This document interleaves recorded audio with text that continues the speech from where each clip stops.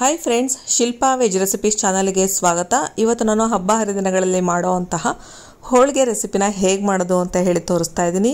ನಾವು ಸಾಮಾನ್ಯವಾಗಿ ಕಡಲೆಬೇಳೆ ಹೋಳಿಗೆ ಮಾಡ್ತೀವಿ, ಇಲ್ಲ ತೊಗರಿಬೇಳೆ ಹೋಳಿಗೆ ಮಾಡ್ತೀವಿ. ಬಟ್ ಇವತ್ತು ನಾನು ಕಡಲೆಬೇಳೆ ತೊಗರಿಬೇಳೆ ಎರಡನ್ನೂ ಕೂಡ ಮಿಕ್ಸ್ ಮಾಡಿ ಹೇಗೆ ರುಚಿಯಾಗಿರುವಂತಹ ಅದ್ಭುತವಾದಂತಹ ಹೋಳಿಗೆ ಮಾಡೋದು ಅಂತ ಹೇಳಿ ಇವತ್ತಿನ ವಿಡಿಯೋದಲ್ಲಿ ತೋರಿಸ್ತಾ ಇದ್ದೀನಿ. ಇದು ತುಂಬಾ ರುಚಿಯಾಗಿರುತ್ತೆ. ಒಮ್ಮೆ ಈ ರೀತಿ ಕೂಡ ಟ್ರೈ ಮಾಡಿ.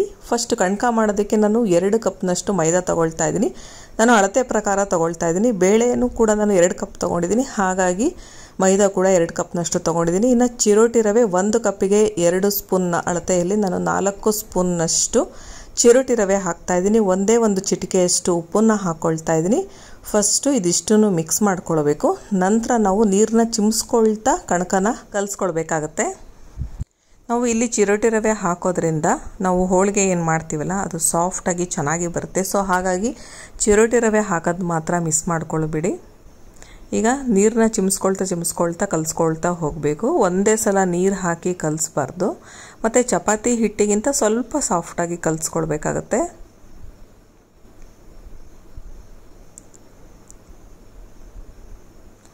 ಕಣಕ ಕೂಡ ಅಷ್ಟೇ, ನಾವು ಹೋಳಿಗೆ ಮಾಡೋದಕ್ಕೂ 1 ಅವರ್ ಮುಂಚೆ ಕಲಸಿಡಬೇಕು. ಆವಾಗ ಹೋಳಿಗೆ ಮಾಡೋದಕ್ಕೆ ತುಂಬಾ ಚೆನ್ನಾಗಾಗುತ್ತೆ. ಈಗ ನೋಡ್ತಾ ಇರ್ಬೋದು ಕಲಸಾಗಿದೆ. ಈಗ ನಾವಿಲ್ಲಿ ಎಣ್ಣೆ ಹಾಕ್ಕೊಳ್ಬೇಕು. ನಾನು ಟೋಟಲಾಗಿ 4 ಸ್ಪೂನ್ನಷ್ಟು ಎಣ್ಣೆ ಇಟ್ಕೊಂಡಿದ್ದೀನಿ. ಈಗ ಫಸ್ಟ್ ನಾನು 1 ಸ್ಪೂನ್ನಷ್ಟು ಎಣ್ಣೆ ಹಾಕಿ ಈ ರೀತಿ ಕಲಿಸ್ಕೊಳ್ತಾ ಇದ್ದೀನಿ. ಮತ್ತೆ ಇನ್ನೊಂದು ಸ್ಪೂನ್ ಹಾಕ್ಕೊಂಡು ಮತ್ತೆ ಕಲಿಸ್ಕೊಳ್ಬೇಕು. ಹೀಗೆ ಸ್ವಲ್ಪ ಎಣ್ಣೆ ಹಾಕ್ಕೊಂಡು ಕಲಿಸ್ಕೊಳ್ತಾ ಹೋಗಬೇಕು. ಈಗ ಇನ್ನೊಂದು ಸ್ಪೂನ್ನಷ್ಟು ಎಣ್ಣೆ ಹಾಕಿ ಮತ್ತೆ ಕಲಿಸ್ಕೊಳ್ತಾ ಇದ್ದೀನಿ. ಇದನ್ನು ಸ್ವಲ್ಪ ಸಾಫ್ಟಾಗಿ ನಾದ್ಕೊಳ್ಬೇಕಾಗತ್ತೆ. ತುಂಬ ಒತ್ತಿ ಮಾಡಿ ಎಲ್ಲ ನಾದಬಾರ್ದು. ಈಗ ನೆಕ್ಸ್ಟು 3ನೇ ಸ್ಪೂನ್ನಷ್ಟು ಎಣ್ಣೆನ ಕೂಡ ಹಾಕ್ಕೊಳ್ತಾ ಇದ್ದೀನಿ. ಈಗ ನೋಡ್ತಾ ಇರ್ಬೋದು ಕಲಸಾಗಿದೆ. ಇನ್ನು ಉಳಿದಿದ್ದನ್ನು ನಾನು ಈ ರೀತಿ ಮೇಲ್ಗಡೆ ಹಾಕಿ ಇದನ್ನು ಮುಚ್ಚಿಡ್ತಾ ಇದ್ದೀನಿ. ಕಡಿಮೆ ಅಂದರೂ ನಾವು 1 ಅವರ್ ಆದರೂ ಮುಚ್ಚಿಡಬೇಕಾಗತ್ತೆ ಇದನ್ನು. ನೆಕ್ಸ್ಟ್ ಈಗ ಬೇಳೆನ ತೊಗೊಳ್ತಾ ಇದ್ದೀನಿ. ನಾನಿಲ್ಲಿ ಫಸ್ಟು 1 ಕಪ್ನಷ್ಟು ತೊಗರಿಬೇಳೆ ತೊಗೊಂಡಿದ್ದೀನಿ. ನೆಕ್ಸ್ಟು 1 ಕಪ್ನಷ್ಟು ಕಡಲೆಬೇಳೆ ತೊಗೊಳ್ತಾ ಇದ್ದೀನಿ. ನೆಕ್ಸ್ಟು ಇದೆರಡನ್ನೂ ಕೂಡ ನೀರು ಹಾಕಿ 1-2 ಸಲನಾದರೂ ತೊಳ್ಕೊಳ್ಬೇಕು. ಇದು ತುಂಬ ರುಚಿಯಾಗಿರುತ್ತೆ. ನಾವು ಯಾವಾಗಲೂ ಸಾಮಾನ್ಯವಾಗಿ ಏನು ಮಾಡ್ತೀವಿ ಅಂದರೆ ಕಡಲೆಬೇಳೆ ಹೋಳಿಗೆ ಮಾತ್ರ ಮಾಡ್ತೀವಿ, ಇಲ್ಲ ತೊಗರಿಬೇಳೆ ಹೋಳಿಗೆ ಮಾತ್ರ ಮಾಡ್ತೀವಿ. ಬಟ್ ಇದೆರಡನ್ನೂ ಮಿಕ್ಸ್ ಮಾಡೋದ್ರಿಂದ ಹೋಳಿಗೆ ರುಚಿ ಕೂಡ ಚೆನ್ನಾಗಿರುತ್ತೆ. ನಾವು ಇದರಿಂದ ಏನು ಕಟ್ಟು ಬಸ್ಕೊಳ್ತೀವಲ್ಲ ಸಾರು ಮಾಡೋದಕ್ಕೆ ಅಂತ, ಅದ್ರ ರುಚಿನೂ ಕೂಡ ಅಷ್ಟೇ ತುಂಬಾ ಚೆನ್ನಾಗಿ ಬರುತ್ತೆ. ಈಗ ನೆಕ್ಸ್ಟ್ ನಾನು ನೀರು ಕುದಿಯೋದಕ್ಕೆ ಇಟ್ಕೊಳ್ತಾ ಇದ್ದೀನಿ. ನೀರು ಕುದಿಯುವಾಗ ಬೇಳೆನ ಹಾಕಬೇಕು. ನೀವು ಸಾರು ಮಾಡೋದಕ್ಕೆ ಎಷ್ಟು ಬೇಕೋ ನೋಡಿಕೊಂಡು ಆ ಕ್ವಾಂಟಿಟಿಯಲ್ಲಿ ನೀರು ಹಾಕ್ಕೊಳ್ಳಿ. 1 ಕಪ್ಪಿಗೆ 5 ಲೋಟದಷ್ಟು ನೀರು ಬೇಕಾಗುತ್ತೆ. ಟೋಟಲ್ ಒಂದು 10 ಕಪ್ನಷ್ಟು ನೀರು ಹಾಕಿದ್ದೀನಿ. ಈಗ ಫಸ್ಟು ನಾನು ನೀರು ಕುದಿಯುವಾಗ ಕಡಲೆಬೇಳೆನ ಹಾಕ್ಕೊಳ್ತಾ ಇದ್ದೀನಿ. ಕಡಲೆಬೇಳೆ ಬೇಯೋದಕ್ಕೆ ಸ್ವಲ್ಪ ಟೈಮ್ ತಗೊಳುತ್ತೆ, ಹಾಗಾಗಿ ಫಸ್ಟ್ ಕಡಲೆಬೇಳೆ ಹಾಕ್ಕೊಳ್ಬೇಕು. ನೆಕ್ಸ್ಟು ಅರಿಶಿಣ ಮತ್ತು ಸ್ವಲ್ಪ ತುಪ್ಪ ಹಾಕ್ಕೊಳ್ತಾ ಇದ್ದೀನಿ. ತುಪ್ಪದ ಬದಲಿಗೆ ನಾವು ಎಣ್ಣೆ ಕೂಡ ಬಳಸ್ಬೋದು. ಈಗ ಇದನ್ನು ಒಂದು ಅರ್ಧದಷ್ಟು ಮುಚ್ಚಿಬಿಟ್ಟು ಇದನ್ನು ಫಸ್ಟು ಬೇಯಿಸ್ಕೊಳ್ತಾ ಇದ್ದೀನಿ. ತೊಗರಿಬೇಳೆ ಯಾವಾಗಲೂ ಬೇಗ ಬೇಯುತ್ತೆ, ಹಾಗಾಗಿ ತೊಗರಿಬೇಳೆ ಕಡಲೆಬೇಳೆ ಒಟ್ಟಿಗೆ ಹಾಕಬಾರ್ದು. ಫಸ್ಟು ಕಡಲೆಬೇಳೆನ ಒಂದು ಸ್ವಲ್ಪ ಬೇಯಿಸ್ಕೊಳ್ಬೇಕಾಗತ್ತೆ. ಒಂದು 40% ಆದರೂ ಕಡಲೆಬೇಳೆ ಬೆಂದ ಮೇಲೆ ನಾವು ತೊಗರಿಬೇಳೆನ ಹಾಕಬೇಕು. ಈಗ ಕಡಲೆಬೇಳೆ ಸುಮಾರಷ್ಟು ಬೆಂದಿದೆ. ಈಗ ನಾನು ತೊಗರಿಬೇಳೆನ ಹಾಕ್ಕೊಳ್ತಾ ಇದ್ದೀನಿ. ಈಗ ತೊಗರಿಬೇಳೆ ಹಾಕಿದ್ಮೇಲೂ ಅಷ್ಟೇ ಮಿಕ್ಸ್ ಮಾಡಿ ಇದನ್ನು ಬೇಯೋದಕ್ಕೆ ಬಿಡಬೇಕು. ಮುಚ್ಚಿಬಿಟ್ಟು ಬೇಯಿಸ್ತಾ ಇದ್ದೀನಿ. ಫುಲ್ ಮುಚ್ಚಬಾರ್ದು, ಉಕ್ಕು ಬಿಡುತ್ತೆ. ಸೊ ಹಾಗಾಗಿ ನಾವು ಈ ರೀತಿ 3/4 ಭಾಗದಷ್ಟು ಮುಚ್ಚಿಬಿಟ್ಟು ಬೇಯಿಸ್ಕೊಳ್ಬೇಕಾಗತ್ತೆ. ನಾವು ಬೇಯಿಸುವಾಗ ಮಧ್ಯೆ ಈ ರೀತಿ ತಟ್ಟೆನ ತೆಗೆದುಬಿಟ್ಟು ಈ ರೀತಿ ಕೈ ಆಡ್ತಾ ಇರಬೇಕು, ನೋಡ್ತಾ ಇರಬೇಕು ಬೇಳೆ ಬೆಂದಿದೆಯೋ ಇಲ್ಲೋ ಅಂತ. ಈಗ ಬೇಳೆ ಬೇಯೋ ಅಷ್ಟರಲ್ಲಿ ಇದಕ್ಕೆ ಬೆಲ್ಲ ರೆಡಿ ಮಾಡ್ಕೊಳ್ತಾ ಇದ್ದೀನಿ. ಬೆಲ್ಲ ನಾನಿಲ್ಲಿ ಪ್ಯೂರ್ ಆಗಿರುವಂತಹ ಆರ್ಗ್ಯಾನಿಕ್ ಬೆಲ್ಲ ತೊಗೊಂಡಿದ್ದೀನಿ. ಇದರಲ್ಲಿ ಯಾವುದೇ ರೀತಿ ಕಸ ಎಲ್ಲ ಇರೋದಿಲ್ಲ. ಸೊ ನಾವು ಡೈರೆಕ್ಟಾಗಿ ಹೋಳಿಗೆ ಮಾಡೋದಕ್ಕೆ ಬಳಸ್ಬೋದು. ಮತ್ತು ಕೆಂಪು ಬೆಲ್ಲ ಕೂಡ ತೊಗೊಂಡಿದ್ದೀನಿ. ಬಿಳಿ ಬೆಲ್ಲಕ್ಕಿಂತ ಕೆಂಪು ಬೆಲ್ಲ ತೊಗೊಂಡ್ರೆ ಹೋಳಿಗೆ ಕಲರ್ ಕೂಡ ತುಂಬ ಚೆನ್ನಾಗಿ ಬರುತ್ತೆ. ಹಾಗಾಗಿ ಆದಷ್ಟು ನೀವು ಕೆಂಪು ಬೆಲ್ಲ ತೊಗೊಳ್ಳಿ. ನೀವೇನಾದರೂ ಉಂಡೆ ಬೆಲ್ಲ ತೊಗೊಂಡ್ರೆ ಆ ಬೆಲ್ಲನ ಕುಟ್ಕೊಂಡ್ಬಿಟ್ಟು ಸ್ವಲ್ಪ ನೀರು ಹಾಕಿ ಸ್ವಲ್ಪ ಕರಗ ತನಕ ಬಿಟ್ಬಿಟ್ಟು ಆಮೇಲೆ ಅದನ್ನು ಸೋಸ್ಕೊಂಡು ಬಳಸಬೇಕಾಗತ್ತೆ. ಇದರಲ್ಲಿ ಯಾವುದೇ ರೀತಿ ಕಸ ಇಲ್ದಲೇ ಇರೋದ್ರಿಂದ ನಾನು ಡೈರೆಕ್ಟಾಗಿ ಇದನ್ನು ಯೂಸ್ ಮಾಡ್ತಾ ಇದ್ದೀನಿ. ಈಗ ನೋಡ್ತಾ ಇರ್ಬೋದು ಬೆಲ್ಲ ಕೂಡ ನಾನು ಪುಡಿ ಮಾಡ್ಕೊಂಡಿದ್ದೀನಿ ಚಾಕುನ ತಗೊಂಡು. ಈಗ ಇದನ್ನು ಒಂದು ತಟ್ಟೆಗೆ ಹಾಕ್ಕೊಳ್ತಾ ಇದ್ದೀನಿ. ಟೋಟಲ್ ಆಗಿ ನಾನು 3 ಕಪ್ನಷ್ಟು ಬೆಲ್ಲ ತೊಗೊಂಡಿದ್ದೀನಿ. 2 ಕಪ್ ಬೇಳೆಗೆ 3 ಕಪ್ನಷ್ಟು, ಅಂದರೆ 1 ಕಪ್ಪಿಗೆ 1.5 ಅಳತೆಯಲ್ಲಿ ತೊಗೊಂಡಿದ್ದೀನಿ. ನೆಕ್ಸ್ಟ್ ಈಗ ಬೇಳೆ ಬೆಂದಿದೆಯಾ ಅಂತ ನೋಡ್ಕೊಳ್ಬೇಕು. ನೋಡ್ತಾ ಇರ್ಬೋದು ಬೇಳೆ ಎಷ್ಟು ಚೆನ್ನಾಗಿ ಬೆಂದಿದೆ ಅಂತ. ಈ ರೀತಿ ಕಡಲೆಬೇಳೆ ಎಲ್ಲ ಕಂಪ್ಲೀಟಾಗಿ ಬೇಯಬೇಕು. ಬೆಂದಾದ್ಮೇಲೆ ನಾವು ಈಗ ಸ್ಟವ್ ಆಫ್ ಮಾಡಿ ನಾನು ನೀರನ್ನೆಲ್ಲ ಬಸಿತಾ ಇದ್ದೀನಿ. ಈ ರೀತಿ ಜಾಲರಿ ಇರೋ ಪಾತ್ರೆ ಇದ್ದರೆ ಇದರಲ್ಲಾರೋ ಬಸ್ಕೊಳ್ಬೋದು, ಅಥವಾ ತಟ್ಟೆ ಮುಚ್ಚಿಬಿಟ್ಟು ಹಾಗೆ ನಾವು ಬಸಿಬೋದು. ಅನ್ನ ಎಲ್ಲ ಬಸಿತೀವಲ್ಲ ಆ ರೀತಿ ಸ್ವಲ್ಪನೂ ನೀರಿಲ್ದಂಗೆ ನಾವು ಬಸಿಬೇಕು. ಈಗ ನಾನು ಬಸ್ದಾದ್ಮೇಲೆ ಒಂದು ತಟ್ಟೆ ಮುಚ್ಚಿಬಿಟ್ಟು ಒಂದು 5 ನಿಮಿಷ ಹೀಗೆ ಬಿಡ್ತಾ ಇದ್ದೀನಿ. ಯಾಕಂದರೆ ಅದರ ಬೇಳೆ ಬೆಂದಿಲ್ಲ ಅನ್ನೋದಾದರೆ ಈ ಹಬೆಯಲ್ಲೇ ಬೇಯಲಿ ಅಂತ ಹೇಳಿ, ಆ ನೀರಿಂದೇನು ಕಾವಿರುತ್ತಲ್ಲ ಅದರಲ್ಲೇ ಬೇಯಲಿ ಅಂತ. ನೆಕ್ಸ್ಟ್ ಈಗ ಬೇಳೆ ಎಲ್ಲ ಬಸ್ದಾಗಿದೆ, ಒಂದು 5 ನಿಮಿಷ ಕೂಡ ಆಗಿದೆ. ಈಗ ನಾನು ಯಾವ ಪಾತ್ರೆಯಲ್ಲಿ ಬೇಳೆ ಬೇಯಿಸ್ಕೊಂಡಿದ್ನೋ ಅದೇ ಪಾತ್ರೆಗೆ ಮತ್ತೆ ವಾಪಸ್ಸು ಬೇಳೆನ ಹಾಕ್ಕೊಳ್ತಾ ಇದ್ದೀನಿ. ನೆಕ್ಸ್ಟ್ ಈಗ ಇದಕ್ಕೆ ನಾನು ಬೆಲ್ಲ ಹಾಕ್ಕೊಳ್ತಾ ಇದ್ದೀನಿ. 1 ಕಪ್ಪಿಗೆ 1.5 ಲೋಟ ಅಳತೆಯಲ್ಲಿ ಬೆಲ್ಲನ ಹಾಕ್ಕೊಳ್ತಾ ಇದ್ದೀನಿ. ನಾನಿಲ್ಲಿ 2 ಲೋಟ ಬೇಳೆಗೆ 3 ಲೋಟದಷ್ಟು ಬೆಲ್ಲನ ಹಾಕ್ಕೊಳ್ತಾ ಇದ್ದೀನಿ. ಈ ಬೆಲ್ಲದಲ್ಲಿ ಯಾವುದೇ ರೀತಿ ಕಸ ಇಲ್ದಲೇ ಇರೋದ್ರಿಂದ ನಾನು ಡೈರೆಕ್ಟಾಗಿ ಬಳಸಿದ್ದೀನಿ. ಇನ್ ಕೇಸ್ ನೀವೇನಾದರೂ ಉಂಡೆ ಬೆಲ್ಲ ಎಲ್ಲ ತಂದಿದ್ರೆ ಅದ್ರಲ್ಲಿ ಕಸ ಇರುತ್ತೆ. ಸೊ ಹಾಗಾಗಿ ಫಸ್ಟು ಬೆಲ್ಲನ ಕರಗಿಸಿ ಶೋಧಿಸಿ ಅದನ್ನು ಹಾಕ್ಕೊಳ್ಳಿ. ಇಲ್ಲಿ ಈಗ ಬೆಲ್ಲ ಹಾಕಿದ್ಮೇಲೆ ಮಿಕ್ಸ್ ಮಾಡಬೇಕು, ಸ್ವಲ್ಪ ಕುದಿಯಕ್ಕೆ ಬಿಡಬೇಕಾಗುತ್ತೆ. ನಾನು ಈ ಹಿಂದೆ ಹೋಳಿಗೆ ರೆಸಿಪಿ ವಿಡಿಯೋ ಹಾಕಿದ್ದೆ, ಅದನ್ನು ನನ್ನ ಫ್ರೆಂಡ್ ತಾಯಿ ಮಾಡಿದರು.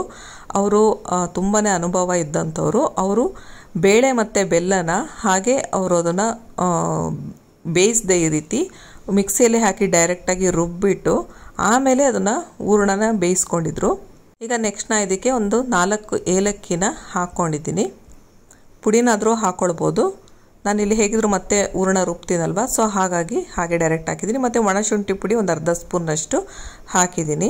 ಒಂದು 5 ನಿಮಿಷ ಕುದ್ದಾದ್ಮೇಲೆ ನಾನು ಆಫ್ ಮಾಡಿದ್ದೀನಿ. ಈಗ ತಣ್ಣಗಾದ್ಮೇಲೆ ನಾನು ಮಿಕ್ಸಿ ಜಾರ್ಗೆ ಹಾಕ್ಕೊಳ್ತಾ ಇದ್ದೀನಿ. ಫುಲ್ ತಣ್ಣಗಾಗಬೇಕು ಅಂತ ಇಲ್ಲ, ಸ್ವಲ್ಪ ಬೆಚ್ಚಗಿದ್ದಾಗೆ ಹಾಕ್ಕೊಂಡ್ರೆ ಒಳ್ಳೆಯದು. ಈಗ ಮಿಕ್ಸಿ ಜಾರ್ಗೆ ಹಾಕ್ಕೊಂಡು ರುಬ್ಬುವಾಗ ನಾವು ಇದನ್ನು ಸ್ವಲ್ಪನೇ ಹಾಕ್ಕೊಂಡು ರುಬ್ಬಬೇಕು. ಒಂದೇ ಸಲ ಜಾಸ್ತಿ ಹಾಕಿದ್ರೆ ಇದು ರುಬ್ಬೋದಿಲ್ಲ. ನೀವೇನಾದರೂ ಜಾಸ್ತಿ ಕ್ವಾಂಟಿಟಿಯಲ್ಲಿ ಮಾಡ್ತೀರ ಅನ್ನೋದಾದರೆ ಗ್ರೈಂಡರ್ನಲ್ಲಿ ಹಾಕಿ ರುಬ್ಬಿದ್ರೆ ಚೆನ್ನಾಗಿ ರುಬ್ಕೊಳ್ಳುತ್ತೆ. ನಾನಿಲ್ಲಿ ಸ್ವಲ್ಪ ಕ್ವಾಂಟಿಟಿಯಲ್ಲಿ ಮಾಡ್ತಿರೋದ್ರಿಂದ ಮಿಕ್ಸಿ ಜಾರಿಗೆ ಹಾಕಿ ರುಬ್ಕೊಳ್ತಾ ಇದ್ದೀನಿ. ಫಸ್ಟ್ ಒಂದು ಸಲ ರುಬ್ಕೊಂಡು ಮತ್ತೆ ಸ್ಪೂನಿಂದ ಕೈ ಆಡಿಕೊಂಡು ಮತ್ತೆ ಇದನ್ನು ರುಬ್ಕೊಳ್ತಾ ಇದ್ದೀನಿ. ಇದೇ ಥರ ನಾವು ಒಂದು 2-3 ಸಲ ಮಾಡಿದ್ರೆ ಚೆನ್ನಾಗಿ ಬೇಳೆಗಳೆಲ್ಲ ಸಿಗ್ದ ಹಾಗೆ ಚೆನ್ನಾಗಿ ರುಬ್ಕೊಳ್ಳುತ್ತೆ. ಯಾವತ್ತೂ ಬೇಳೆ ಇರಬಾರ್ದು, ಇಲ್ಲಾಂದರೆ ಹೋಳಿಗೆ ಮಾಡುವಾಗ ಅಷ್ಟು ಚೆನ್ನಾಗಾಗಲ್ಲ. ಸೊ ಹಾಗಾಗಿ ನಾನು ರುಬ್ಬಿದ ಮೇಲೆ ಏನು ಮಾಡ್ತಾಯಿದ್ದೀನಿ, ಈ ರೀತಿ ಜರಡಿ ಇರುತ್ತಲ್ಲ ಅದರಲ್ಲಿ ನಾನು ಇದನ್ನು ಬೇಳೆಗಳು ಇಲ್ದಂಗೆ ನಾನು ಇದರಿಂದ ಈ ಥರ ಮಾಡ್ಕೊಳ್ತಾ ಇದ್ದೀನಿ. ಏನಾದರೂ ಇನ್ ಕೇಸು ಬೇಳೆ ಏನಾದರೂ ಉಳ್ಕೊಂಡಿದ್ರೆ ರುಬ್ಬುವಾಗ ಅದು ನಮಗೆ ಸಿಗುತ್ತೆ. ಸೊ ಅದನ್ನು ಹಾಕಬಾರ್ದು. ಅದನ್ನೇನಾದ್ರು ಮಿಸ್ ಆಗಿ ಹಾಕಿದ್ರೆ ನಾವು ಚೆನ್ನಾಗಿ ಅನಿಸೋದಿಲ್ಲ ಹೋಳಿಗೆ ಮಾಡೋದಕ್ಕೆ. ಬೇಳೆ ಕಾಣಿಸುತ್ತೆ. ಹಾಗಾಗಿ ನೋಡ್ತಾ ಇರ್ಬೋದು ಇಷ್ಟು ಉಳ್ಕೊಂಡಿದೆ. ನಾವು ಗ್ರೈಂಡರ್ನಲ್ಲಿ ಹಾಕಿದ್ರೆ ನಾವು ಡೈರೆಕ್ಟಾಗಿ ಮಾಡ್ಬೋದು, ಯಾಕಂದರೆ ಚೆನ್ನಾಗಿ ರುಬ್ಕೊಳ್ಳುತ್ತೆ ಗ್ರೈಂಡರ್ನಲ್ಲಾದರೆ. ಮಿಕ್ಸಿಯಲ್ಲಿ ರುಬ್ಬುವಾಗ ಈ ರೀತಿ ಆಗುತ್ತೆ. ಹಾಗಾಗಿ ಈ ರೀತಿ ಜರಡಿ ಇಟ್ಕೊಳ್ಬೇಕು ನಾವು. ನೋಡ್ತಾ ಇರ್ಬೋದು ಒಂದು ಕೂಡ ಬೇಳೆ ಇಲ್ಲ, ಎಷ್ಟು ಸಾಫ್ಟಾಗಿ ಎಷ್ಟು ಚೆನ್ನಾಗಾಗಿದೆ ಹೂರಣ ಅಂತ. ಈ ರೀತಿ ಇಷ್ಟು ಸಾಫ್ಟಾಗಿದ್ದರೆ ಹೋಳಿಗೆ ಚೆನ್ನಾಗಾಗತ್ತೆ. ಈಗ ಅದೇ ಥರ ಎಲ್ಲ ರುಬ್ಬಿಟ್ಟು ನಾನು ಈ ರೀತಿ ಜರಡಿ ಇಟ್ಕೊಂಡಿದ್ದೀನಿ. ಹೂರಣ ಚೆನ್ನಾಗಿ ಆಗಿದೆ, ಎಲ್ಲ ಕೂಡ ರುಬ್ಬು ಕೂಡ ಆಗಿದೆ. ಈಗ ಒಂದು ಸಲ ಮಿಕ್ಸ್ ಮಾಡಿಕೊಂಡು ಉಂಡೆ ಕಟ್ಕೊಳ್ಬೇಕು. ನಿಂಬೆಹಣ್ಣಿನ ಗಾತ್ರಕ್ಕಿಂತ ಸ್ವಲ್ಪ ದೊಡ್ಡದಾಗಿ ಈ ಹೂರಣನ ಈ ಥರ ಉಂಡೆ ಕಟ್ಕೊಳ್ಬೇಕು.